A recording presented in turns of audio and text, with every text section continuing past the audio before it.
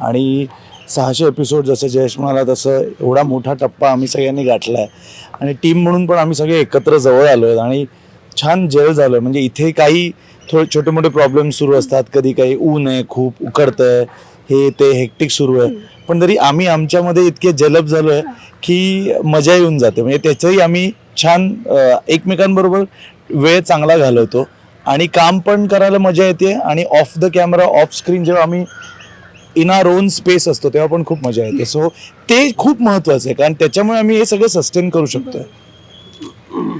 कानिफनाथांची भूमिका सगळ्यांना सुश्रुत आहे. सो सुश्रुत, तू काही दिवसांपूर्वी, काही आठवडे मला वाटतं की तू कानिफनाथांचं दर्शन घेऊन आलास आणि त्याचं तू रील टाकलं होतंस. सो तो अनुभव कसा होता?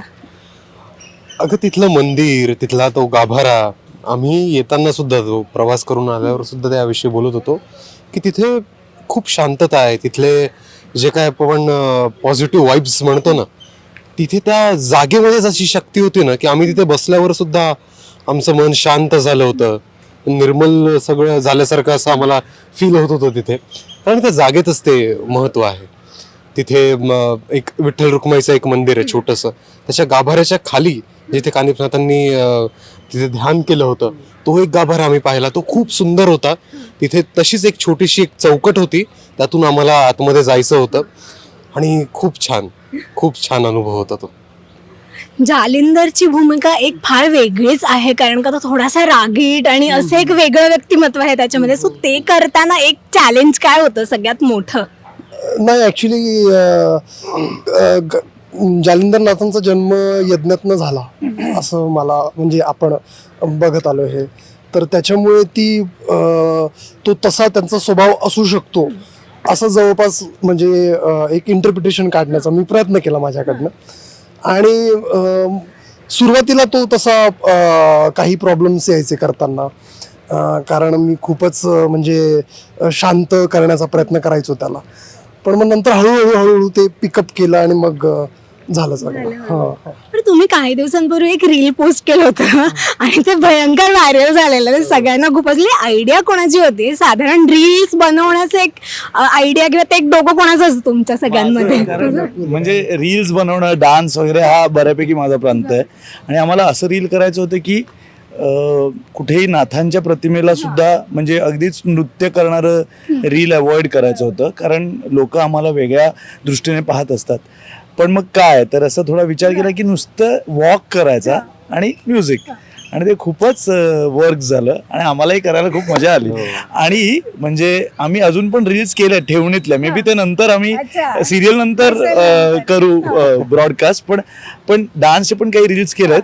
पण आता आम्ही ह्या भूमिकेला साजेसे रील्स करण्याचा प्रयत्न करणार आहोत. क्या बात आहे. पण मला हेच याच नोटवरती विचारायला आवडेल की आता तुम्ही जी भूमिका साकारताय तर लोकांना कधी कधी त्याच भूमिकेमध्ये खरं मानतात तुम्हालाही, किंवा त्यांना असं वाटतं की त्यांनी हे असंच राहावं किंवा काही गोष्टी करू नयेत. त्याच्यामुळे ही भूमिका करताना एकीकडे खऱ्या आयुष्यामध्ये सुद्धा कलाकार म्हणून आणि माणूस म्हणून एक तुम्हाला काय जबाबदारी वाटते किंवा कुठच्या गोष्टी कटाक्षाने पाळाव्या लागतात? मला तरी, मी माझं वैयक्तिक आयुष्य जसं आहे मी तसंच जगतो. मी एक नट आहे. नटाचं काम आहे की मेक बिलीव्ह करणं, ना की तसंच आयुष्य जगायला लागणं. मग माझ्यामध्ये आणि त्या भूमिकेमध्ये काही फरक राहणार नाही आणि मग पुढच्या प्रवासासाठी ते फार मला घातक होऊन जाईल. त्यामुळे मी शक्यतो प्रयत्न करतो की ॲक्शन टू कट नंतर मी माझा ह्याच्यात जेवढं राहील तेवढं मला छान भूमिकेला न्याय देता येईल असं माझं मत आहे. त्यामुळे मला असं काही जड जात नाही कारण की मी माझा खूप असतो. हा अगदी बरोबर बोलला. कारण अशा बऱ्याच गोष्टी असतात की ज्या अचानक आपण नाही घडून येऊ शकत.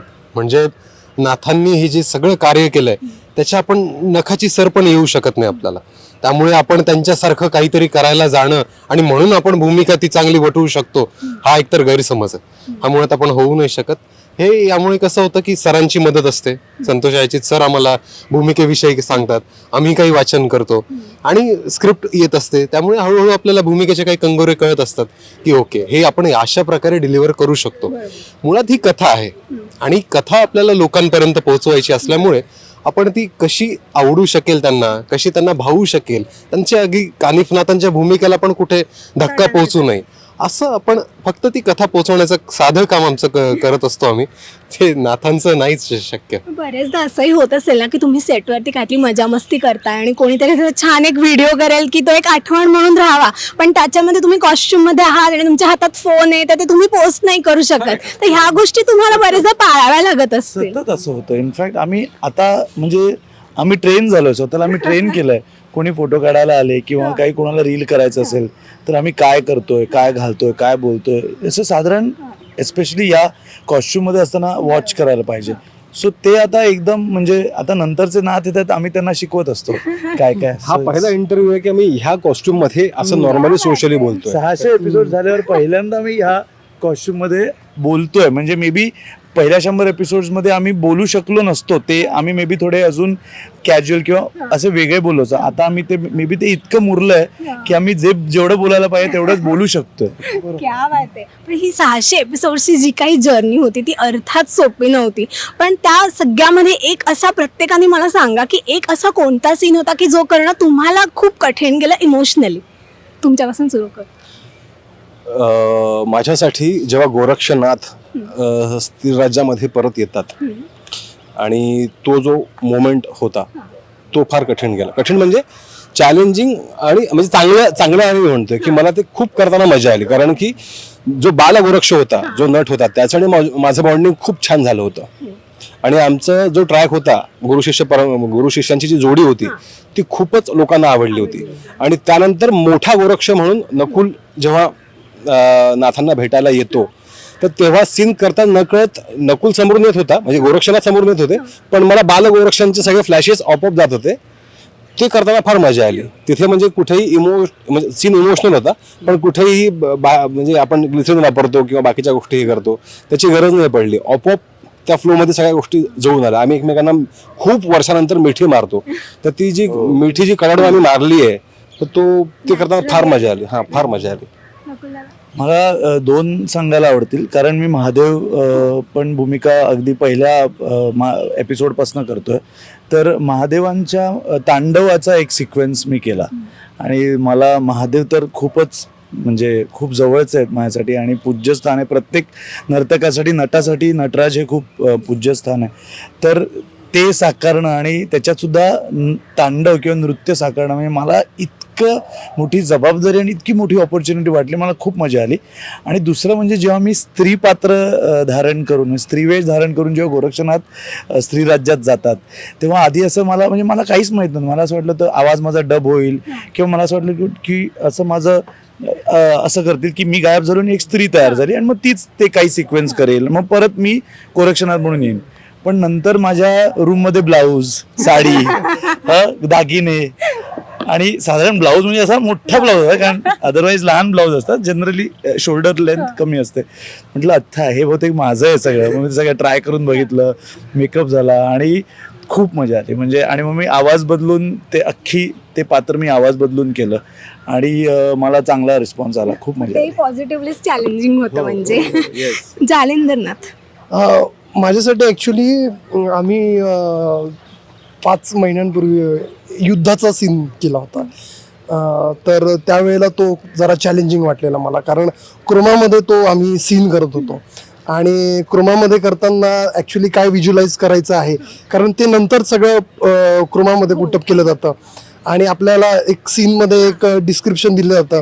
तर ते आणि ते म्हणजे मॅच होणं आणि त्याच्यावर आपण तो सीन करणं, किती इंटेन्सिटी ठेवणं, या सगळ्या गोष्टींचा विचार करून असं वाटायचं की इंटेन्सिटी कुठे कमी झाली आहे का, कुठे जास्त झाली आहे का. त्याच्यामुळे तो असा सीन वाटत होता की जरा चॅलेंजिंग झाला आहे तिथे. पण नंतर जेव्हा तो बघितला पडद्यावर तेव्हा वाटलं की जरा बरा झालाय म्हणून सीन. आपल्या प्रेक्षकांना माहीतच असेल की गोपीचंद राजाचा एक ट्रॅक चालू होता, ज्या गोष्टीमध्ये गोपीचंद राजा हा जालिंदरनाथांना जमिनीमध्ये आतमध्ये गाडतो आणि त्यावेळेची जी कानिफनाथांची जी काही सिच्युएशन असते, जी काय ते सहन करत असतात त्या गोष्टी, ते माझ्यासाठी खूप चॅलेंजिंग होतं असं मला वाटतं. कारण त्या सगळ्या घटनेमध्ये जालिंदरनाथ जमिनीच्या आतमध्ये असतात, गोपीचंद राजा पुढे जाऊन 84 सिद्धांपैकी एक होतो आणि अशा वेळी आपला राग पण त्याला दाखवायचा नाहीये, पण त्याला समजवायचा आहे की तू ज्यांना जमिनीखाली गाडलंस ना ते माझे गुरु आहेत. आणि तो मला खूप छान म्हणत असतो की अरे बापरे हे कसे गुरु वाटतात. हे जे काही आहे ना ते खूप मला चॅलेंजिंग वाटलं होतं तेव्हा, की गोपीचंद राजाला समजावणं सुद्धा, जालिंदरनाथ कोण आहेत ते सुद्धा, आणि आपल्या गुरूंचं सुद्धा स्थान तिथे बळकट ठेवणं करणं हे खूप मला चॅलेंजिंग वाटलं होतं. ते इमोशनल रोलर कोस्टर राईड म्हणतो आपण ना, ते तसं होत होतं. क्या बात आहे. आणि मला वाटतं ही अशी पहिलीच मालिका आहे की ज्याच्यामध्ये स्त्री पात्र फार कमी आहेत आणि सगळी पुरुष पात्र आहेत. आणि नवनाथ असल्यामुळे अर्थात की त्याचं मेन हायलाईट्सच ते आहेत की त्या सगळ्यांवरतीच फोकस असणार आहे. त्याच्यामुळे बघताना पण छान वाटतं. आणि आता भर्तरीनाथांची एंट्री होणार आहे याच्यामध्ये. आता लहान आहेत पण आता मोठा होणार आहे तो काही दिवसांनी. सो आता आगामी भागांमध्ये बघणं ते फार चॅलेंजिंग असणार आहे. तर काय आता साधारण काय पाहायला मिळणार आहे आम्हाला? आता जसं 6 नाथांचं कार्य आपण पाहतोच आहोत. 7वे नाथ हे भर्तरीनाथ. त्यांचा आता किशोरवयीन जो प्रवास आहे तो सुरू होईल. आणि त्यांचं कार्य, त्यांचा प्रवास हे सुरू असताना नागनाथ, ज्यांना अडबंगीनाथ पण म्हणतात, आणि चरपटीनाथ हे 2 नाथांच्या जन्मकथा आहेत, त्यांचं कार्य आहे. आणि तेव्हा खरी सिरियल सुरू होईल, कारण की तेव्हा नवनाथ आलेले असतील आणि नवनाथांचे 9 नाथांचं कार्य सुरू होईल. त्यामुळे सिरियल अजून सुरू नाही झालेली आहे खऱ्या अर्थाने. हे सगळं अजून प्रिल्यूडच चाललेलं आहे आमचा, असं म्हणता येईल. तर जायच्या आधी मला एक प्रश्न विचारायला आवडेल आवर्जून की तुम्हाला आतापर्यंत अनेक प्रतिक्रिया आल्या असतील की तुम्ही खरंच त्या नाथांप्रमाणेच दिसता, हे प्रत्येकाला सांगितलं गेलं असेल. पण एका पॉइंट नंतर त्या भूमिकेची सवय झाल्यानंतर किंवा त्या सगळ्या सवयी आत्मसात केल्यानंतर तुम्हाला स्वतःला असं कोणत्या पॉइंटला वाटलं की आपण खरंच असे दिसतो? मला तर अजूनही वाटत नाही. मी तर अजूनही प्रयत्न करतो की तिथे जाण्याचा प्रयत्न करतोय. ते लोकांचं मोठेपण आहे, श्रद्धा आहे त्यांची की ते असं म्हणतात. मला असं अजिबात वाटत नाही की मी एक म्हणजे एका काय म्हणतात, मला शब्द हे नाही होते. अभिनय किंवा चेहरा एक सिमिलर तुमचा दिसतो त्या चेहऱ्याशी अशा नाही, मला वाटतं कसं आहे, एका पॉइंट नंतर टेलिव्हिजन मीडियम असं की आपण दिसत राहतो ना, तर कुठे ना कुठे तो एक्सेप्टन्स येतो. पण एका पॉइंट नंतर नाथपंथांचा हा विचार आहे, तो विचार पोहोचवण्यासाठी आपल्या आतमध्येच काहीतरी घडावं लागतं. ते घडणं वाचनातून, आणि जे आम्ही जे स्थान आहेत, नाथांची जी स्थान आहेत त्यांना भेटी देतो, तिथली ऊर्जा सामावण्याचा प्रयत्न करतो.